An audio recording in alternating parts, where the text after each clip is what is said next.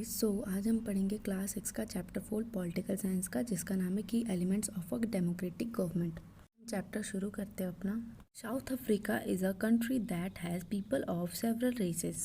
There is a black people who belong to South Africa, whites who belong there to settle and Indians who came as labours and traders.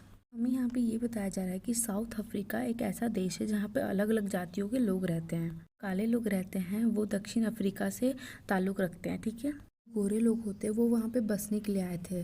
कई सारे भारतीय भी रहते हैं जो कि क्या व्यापारी या फिर मजदूरों के रूप में आए थे और वहाँ पे रहते हैं, ठीक है। पढ़ते हैं हम।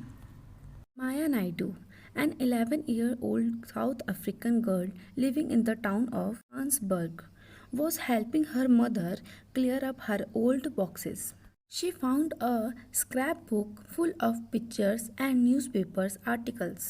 There were many pictures of a young schoolboy of around 15 years of age. She asked her mother who the boy was. She was told that he was called Peterson. He had been shot by police. Maya was shocked. Why? She asked. Mother explained that South Africa was earlier governed by apartheid laws. Apartheid means separation on the basis of race. South Africa people were divided into white, black, Indian, and colored races. According to the law, these races were not allowed to mingle with each other, to live near each other, or even to use common facilities. Maya could not believe her ears. Maya's mother sounded angry when she spoke about life under apartheid. She told Maya that in those days, यहाँ पे हमें एक लड़की के बारे में बताया जा रहा है जिसका पूरा नाम माया नायडू है। जोहान्सबर्ग शहर से रहने वाली है, ठीक है। वो एक 11 वर्ष की लड़की है जो कि दक्षिण अफ्रीका में रहती है। वो जब अपनी माँ की साफ़ सफाई करवाने में मदद कर रही थी तो उसे एक बक्से में से कुछ पिक्चर्स मिली, कुछ अखबार के टुकड़े मिले, ठीक है, और कुछ स्क्रैप बुक्स भी मिले। जो अखबार के पन्ने थे उसमें काफ़ी सारे लेख भरे हुए थे, आर्टिकल्स मतलब। उसमें लगभग 15 वर्ष की आयु के एक युवा की काफ़ी सारी तस्वीरें थी। जब उसने अपनी माँ से पूछा कि ये लड़का कौन है तो उसकी माँ ने जवाब दिया कि उसे बुलाया गया था। नाम था हेक्टर पीटरसन। उसे पुलिस ने गोली भी मार दी थी। माया चौंक गई और उसने पूछा कि क्यों, ऐसा क्यों किया गया, ठीक है। तो उसकी माँ ने जवाब दिया कि दक्षिण अफ्रीका जो था वो पहले रंगभेद कानून का शिकार था। मतलब पहले उसमें भेदभाव बहुत ज़्यादा होते थे, पार्शलिटी बहुत ज़्यादा होती थी। अर्थ क्या होता है कि नक्सल के आधार पर, ठीक है, या फिर जाति पाति के आधार पर जो रेसेस होते हैं उनके आधार पर, ठीक है, डिट कर देना, लोगों को अलग करना। अफ्रीका के जो लोग थे वो गोरे, काले, भारतीय, रंगीन जातियों में बटे हुए थे, मतलब अलग अलग तरह से बटे हुए थे। जो कानून थी उनके अनुसार था कि यहाँ के जितने भी लोग हैं एक दूसरे से घुल मिल नहीं सकते, एक दूसरे के पास रहना या फिर यहाँ तक कि सामान्य सुविधाओं का भी उपयोग नहीं कर सकते। जैसे किसी एक को कोई सुविधा मिल रही है तो वो दूसरे जात के लोगों को नहीं मिलेगी, ठीक है। इसे बोलते हैं कि समान सुविधाओं का उपयोग ना मिलना। तब इतना ज़्यादा कठोर कानून था। माया ने जब ये सब सुना तो उसको अपने ही कानों पर यकीन ना हुआ। उसकी माँ उसको ये सारी बातें बता रही थी, तब उसकी माँ बहुत ही ज़्यादा गुस्से में थी। आगे बढ़ते हैं, हम आगे बढ़ते हैं। Told Maya that in those days hospitals were separate and so were ambulances. Ambulance meant for white people would always be well equipped while one meant for black people was not. There were separate trains and buses. Even the bus stops were different for black and white people. Non-whites were not allowed to vote. The best land in the country was reserved for the white people, and non-white had to live in the worst available land. Blacks and colored people were not considered to be equal to whites. One black township was the southwestern township. Hector Peterson lived here and he and his classmates joined the protest against learning the African language in the school. This was the language that the white spoke. Hector and other school students were being forced to learn this language by they wanted to learn their own language, Zulu. South African police beat up the protesters and shoot at the crowd. One of their bullets killed Hector. This was on 16 June 1976.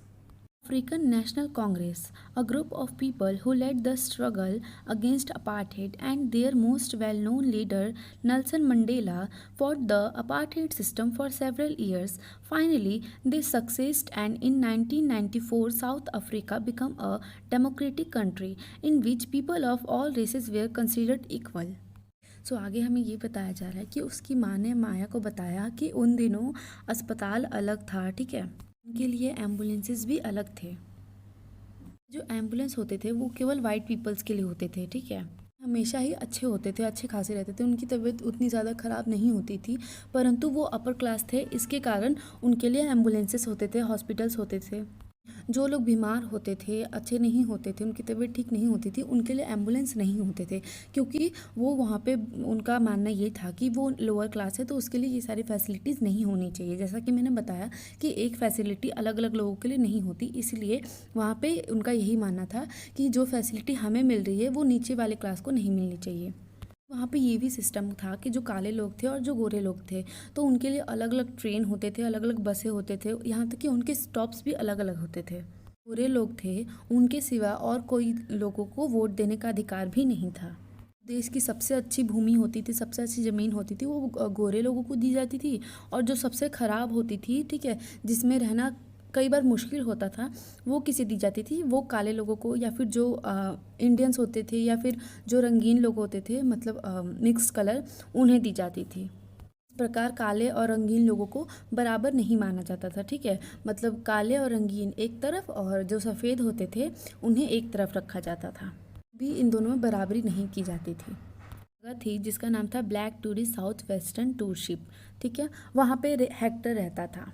जो Hector था और उसके classmates, उन्होंने मिल करके क्या किया, protest किया। किसके खिलाफ? जो स्कूलों में अफ्रीकी भाषा को सिखाया जाता था उनके खिलाफ, क्योंकि उनका मानना था कि उन्हें अपनी भाषा सीखनी है। भाषा कौन सी थी? वो भाषा थी जिसको गोरे लोग बोलते थे, ठीक है। हेक्टर और अन्य स्कूली छात्रों ने इस भाषा को सीखने के लिए मजबूर किया जाता था, लेकिन उन्होंने जब मना किया कि उन्हें ये भाषा नहीं सीखनी, उन्हें अपनी भाषा सीखनी है जिसका नाम जुलू है।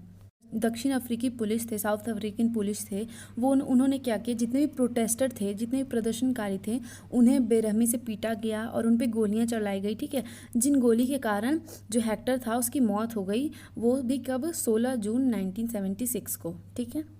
के बाद क्या हुआ, जो राष्ट्रीय कांग्रेस था, ठीक है, अफ्रीका का, उन्होंने रंग भेद के खिलाफ संघर्षण किया, ठीक है, उसके नेतृत्व में उन्होंने प्रोटेस्ट भी किया, और उसके सबसे एक जो समूह था लोगों का, उसके नेता थे जिनका नाम था नेल्सन मंडेला, ने कई वर्षों तक रंग भेद व्यवस्था से लड़ाई लड़ी, ठीक है, उन्होंने चाहा कि ये ख़त्म हो जाए, उन्हें ख़त्म करने की कोशिश की, ठीक है, और इसके फलस्वरूप क्या हुआ, अंत में वे सफल भी हो गए, ठीक है। 1994 में अफ्रीका जो क्या था, वहाँ से ये नियम हटा दिया गया और वो क्या था, लोकतांत्रिक देश बन गया, ठीक है। इसमें क्या हुआ कि सभी लोगों को, सभी जातियों के समान माना जाने लगा। आगे बढ़ते हैं, नेक्स्ट हमारा टॉपिक है participation. Why do we have regular elections? You have already read in the previous chapter that people make the decision in a democracy. Voting in elections, people elect leader to present them. These representatives take decision on behalf of the people. In doing so, it is assumed that they will keep in mind the voices and interest of the people. All governments are elected for fixed periods. In India, this period is 5 years. Once elected, governments can stay in power only for that period. If they want to continue to be in power, then they have to be re-elected by the people. This is a moment when people can sense their power in a democracy. In this way, the power of the government gets limited by regular elections. So यहाँ पे हमें बताया जा रहा है कि हमारे पास नियमित चुनाव क्यों है। हमें ये बताया जा रहा है कि आप पिछले अध्याय में, यानी कि पिछले चैप्टर में पढ़ चुके हैं कि लोकतंत्र में लोग निर्णय करते हैं, यानी कि आम जनता में मतदान के माध्यम से लोग अपना प्रतिनिधित्व करने के लिए नेताओं का चुनाव करते हैं, ठीक है। वो अपने, मतलब उन्हें जिस लगता है कि हाँ ये इंसान हमारे लिए अच्छा है, ये हमें विश्वास करने लायक है, तो वो उन्हें चुनते हैं। क्या करते हैं? प्रतिनिधि की ओर से निर्णय लेते हैं, ठीक है। इनमें से ये माना जाता है कि जो नेता होते हैं वो क्या करते हैं, वो लोगों की आवाज़ और उसके हितों में निर्णय लेते हैं और अध्ययन करते हैं, ठीक है। कि हमें ये बताया जा रहा है कि मतलब हम ही लोग अपने नेता को अपने पसंद से चुनते हैं, जो हमें लगता है कि वो हमें पे विश्वास करने लायक है, ठीक है। और जो नेता होते हैं वे लोगों को मध्यम रख के वे डिसाइड करते हैं कि मतलब हमें क्या करना चाहिए, क्या नहीं करना चाहिए, आम जनता के लिए क्या अच्छा होगा, क्या बुरा होगा, ठीक है। सरकारें निश्चित अवधि के लिए चुनी जाती हैं, ठीक है। हमारे भारत में क्या है कि 5 सालों के लिए एक सरकार को चुना जाता है। जब हम वोट देते हैं, हमारा जब इलेक्शन होता है, तो हम 5 साल के लिए सरकार को चुनते हैं। सरकार एक बार निर्वाचित हो जाती है, इलेक्ट हो जाती है, चुनी जाती है, उसके बाद सरकार केवल उस अवधि के लिए सत्ता में रहती है जब तक कि कानून में है, यानी कि 5 साल के लिए, ठीक है। ऐसा भी होता है कि अगर वो सत्ता में बने रहना चाहती है, ठीक है, वो नेता ही रहना चाहती है, सरकार बनी रहना चाहती है, तो उन्हें क्या करना पड़ता है, उन्हें इलेक्शन फिर से लड़ना पड़ता है, लोगों का विश्वास जीतना पड़ता है। और लोगों का विश्वास कैसे जीतते हैं, जब आप पहले नेता बने हो, सरकार बने हो, तो उसमें आपको अच्छा अच्छा काम करना पड़ता है। ऐसा थोड़ी है कि आप बन गए पर आप देख नहीं रहे, आप अपनी मर्जी का कुछ भी कर रहे हैं तो आपको बार बार लोग चुनेंगे। उन्हें भी पता है कि कौन हमारे लिए सही है, कौन गलत है। लोग एक बार विश्वास करते हैं, बार बार नहीं करते। वो दूसरी बार सत्ता में आते हैं तो फिर से उन्हें लोगों द्वारा निर्वाचित होना पड़ता है, चुना जाना पड़ता है, ठीक है। अगर वो पहले अच्छा काम नहीं किए हों तो लोग जाहिर सी बात है ना, लोग उन्हें वोट नहीं देंगे, उन्हें नहीं चुनेंगे, क्योंकि उन्हें पता है कि जब ये पहले हमारे लिए भला नहीं किया तो दूसरी बार क्या ही करेगा, ठीक है। ऐसा टाइम होता है कि जब लोग जो होते हैं वो लोकतंत्र में अपनी शक्ति का महसूस करते हैं। मतलब लोगों को लगता है कि हाँ, हम अपनी तरफ से अपने शक्ति के बलबूते पर सरकार को नियुक्त कर रहे हैं, ठीक है। वोट बहुत ही ज़्यादा मायने रखता है। इंडिया में जितने भी लोग हैं सबको कि जब वो 18 साल के हो जाते हैं तो वो वोट देने लायक हो जाते हैं। तो इंडिया में मतलब काफ़ी सारे लोग हैं जो वोट नहीं देते होंगे, लेकिन उन्हें ये नहीं पता कि उनका एक वोट का कितना ज़्यादा कीमत है, ठीक है। उनका वोट देने से मतलब उनके ही वोट पे भारत का जो भी है वो उनके वोट पे निर्भर करता है। कि अगर लोग वोट नहीं देंगे तो वो कैसे चुनेंगे अपनी सरकार को, अपनी मनपसंद सरकार को। उन्हें भी पता है कि कौन हमारे लिए सही है, कौन गलत है। वोट देना सबसे ज़्यादा अनिवार्य काम है, ठीक है, क्योंकि आप उस समय अपनी शक्ति को महसूस करते हैं, अपनी शक्ति का प्रयोग करते हैं और अपने पसंद के या फिर अपने देश के लिए, अपने भविष्य के लिए एक सही नेता को चुनते हैं जो आगे चल के आपके ही काम आता है। इसी तरह क्या होती है, चुनाव के बल पे, नियमित चुनाव पे सरकार की शक्ति सीमित होती है, 5 सालों के लिए होती है। वो अगर उन्हें फिर से करना है तो वो फिर से चुनाव लड़ सकते हैं, ठीक है। अब आगे पढ़ते हैं। Other ways of participating Elections are usually held once in 5 years. Besides voting, there are other ways of participating in the process of government. People participate by taking an interest in the working of the government and by criticizing it when required. In August 2005, when a particular government increased the money people had to pay for electricity, people expressed their approval very sharply. They took out rallies and also organized a signature campaign. Government tried to explain and defend its decision but finally listened to the people opinion and withdraw the increases. The government had to change its decision because it is responsible to the people. हमें भाग लेने के अन्य तरीके बताए जा रहे हैं। सबको पता है कि चुनाव 5 साल में एक बार होता है। इनके अलावा सरकार की प्रक्रिया में भाग लेने के अन्य तरीके भी होते हैं। क्या करते हैं, अन्य तरीके क्या हैं कि लोग सरकार के काम काज में रुचि लेकर, इंटरेस्ट लेकर, ठीक है, काम करते हैं और आवश्यकता पड़ने पर इसकी आलोचना भी करते हैं। 2005 में जब एक विशेष सरकार ने बिजली के लिए लोगों को जो पैसे देने थे उसे बढ़ा दिया, ठीक है, तो लोगों ने बहुत तेज़ी से अपनी स्वीकृति दिखाई। मतलब लोगों ने ऐसा कहा कि मतलब ये तो गलत हो रहा है कि हम एक्स्ट्रा पैसे क्यों दें इलेक्ट्रिसिटी के लिए, ठीक है, जितना लगता है हम उतना ही देंगे। तो वो इस बात से सहमत नहीं थे, इसलिए उन्होंने अस्वीकृति दिखाई। और अस्वीकृति कैसे दिखाई, उन्होंने रैली निकाली, ठीक है, और हस्ताक्षर किया, अभियान चलाएं, मतलब कई सारे कार्य किए। इसके कारण क्या हुआ कि सरकार ने अपने फैसले को बदलना पड़ा। क्यों? क्योंकि अगर सरकार अपना फैसला नहीं बदलेगी तो वो अगले बार फिर से सरकार कैसे बनेगी, ठीक है। तो इसलिए वो अपने बचाव के लिए, इसकी कोशिश करने के लिए कि वो फिर से बन जाए सरकार, इसके लिए उन्होंने वो कानून को हटाया। फिर अंत में क्या हुआ कि लोगों ने जब सुना कि हाँ ये नियम हट गया है तो फिर उन्होंने वृद्धि वापस ले ली। मतलब अपना जो रैली वगैरह निकाले थे, उन्होंने जो प्रोटेस्ट करना शुरू किया था वो रोक दिया। सरकार को अपना फैसला इसलिए बदलना पड़ा क्योंकि वो लोगों के प्रति जिम्मेदार है, क्योंकि लोग उसे वोट करके चुन रहे हैं। तो इसका अर्थ ये है कि सरकार का जो भी निर्णय होगा वो लोगों के हित में होगा, ठीक है, लोग से अलग नहीं होगा। लोग अगर नहीं चाहेंगे कि ये चीज़ ना हो तो सरकार वो चीज़ नहीं कर सकती, क्योंकि उससे क्या होगा, एक तो हमारे देश का जो है वो देश का बहुत ही ज़्यादा भविष्य खतरे में जाएगा। दूसरा, जब लोग अगर नहीं चाहते कि ये चीज़ ना हो तो आप अगर ऐसा करते हैं तो आप दूसरी बार सत्ता में नहीं आ सकते, और समय से पहले कभी कभी आपका जो गद्दी है वो भी छीना जा सकता है। क्यों? क्योंकि अगर आप बहुत ही ज़्यादा अलग अलग तरह की चीज़ें करेंगे, अलग अलग चीज़ें करेंगे जो कि लोगों के हित में कभी ना हो, ठीक है, आप शुरू से ही अलग ही राह पर चलेंगे, लोग अगर इधर जा रहे हैं तो आप इधर जाएंगे, तो इसका अर्थ क्या होगा कि लोग आपसे सहमत नहीं हैं, लोग आपसे खुश नहीं हैं। लोगों ने आपको वोट क्यों दिया? क्योंकि वो चाहते थे कि आप उनके लिए कुछ करें, ठीक है, लेकिन आप अपने बारे में सोच रहे हैं। तो इसका अर्थ क्या होगा कि लोग मतलब इसके लिए क्या करेंगे, प्रोटेस्ट करेंगे, ठीक है। हम आगे बढ़ते हैं। There are many ways in which people express their views and make government understand what actions they should take. These include dharna, rallies, strike, nature camping, etc. Things that are unfair and unjust are also brought forward. Newspaper, magazines, and TV also play a role in discussing government issue and responsibilities. While it is true that a democracy allows people to participate, it is also true that not all sections of people are actually able to do so. Another way for people to participate is by organizing themselves into social movements that seek to challenge the government and its function. Members of the minority community, Dalit, Adivasi, women, and others are often able to participate in this manner. If a country people are alert and interested in how the country is run, the democratic character of the government of that country will be stronger. So the next time we see a rally winding through the street of our cities and towns or village, we should pause to find out what the rally is about, who is participating in it, and what they are protesting about. This will help to give us a sense of how our government works. यहाँ पे हमें ये बताया जा रहा है कि ऐसे कई सारे तरीके हैं जिनसे लोग अपने विचार व्यक्त कर सकते हैं, ठीक है, अपने सरकार के प्रति। ये अपने विचार व्यक्त करने के लिए क्या करते हैं, मतलब विचार व्यक्त करने का एक मोटिव होता है कि वो सरकार को ये समझाते हैं कि उन्हें क्या कार्रवाई करनी चाहिए और क्या नहीं, क्या उनके लिए सही है और क्या गलत।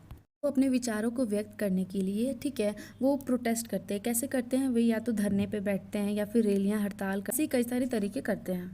क्या होता है कि जो हमारे समाचार पत्र होते हैं, जो हमारे न्यूज़ चैनल होते हैं या फिर हमारे जो न्यूज़पेपर होते हैं, ठीक है, वो सरकारी मुद्दों पर भी जिम्मेदार होते हैं, क्योंकि वो उन पर भी चर्चा करते हैं, ठीक है। वो उनकी एक कार्य है कि वो देश में चल रहे हर बात विवाद, हर मुद्दों पर बहस करेंगे, मतलब बात करेंगे, लोगों तक, जनता तक अपनी बातें पहुंचाएंगे, ठीक है। तो वो क्या करते हैं कि वो पत्रिका यानी कि न्यूज़पेपर या फिर टीवी द्वारा अपनी भूमिका निभाते हैं, ठीक है, बातों को पहुंचाते हैं। हमारा भारत जो है वो एक लोकतांत्रिक देश है, ठीक है। इसमें ये बात है कि मतलब सभी लोगों को हर चीज़ की अनुमति दी जाती है, परंतु कहीं ना कहीं ये बात भी है कि कई सारे ऐसे वर्ग के लोग हैं जो वास्तव में ऐसा करने में सक्षम नहीं होते, नहीं कर पाते, ठीक है। के भाग लेने का एक मतलब और तरीका है कि खुद को सामाजिक आंदोलन में संगठित करना, जो सरकार और उसके कामकाज को चुनौती देता है, ठीक है।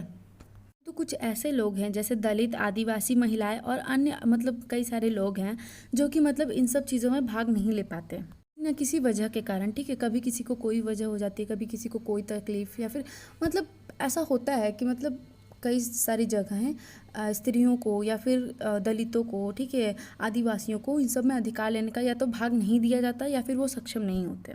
तो अगर ऐसा है कि अगर किसी देश के लोग सतर्क रहें या फिर अपनी रुचि दिखाएं कि हमारा देश कैसा चल रहा है, ठीक है, क्या होगा, वो उस देश की सरकार का लोकतांत्रिक मतलब को दिखाएगा, ठीक है, कि यहाँ की सरकार कैसे चला रही है, लोग यहाँ के कैसे हैं, खुश हैं या फिर नहीं हैं।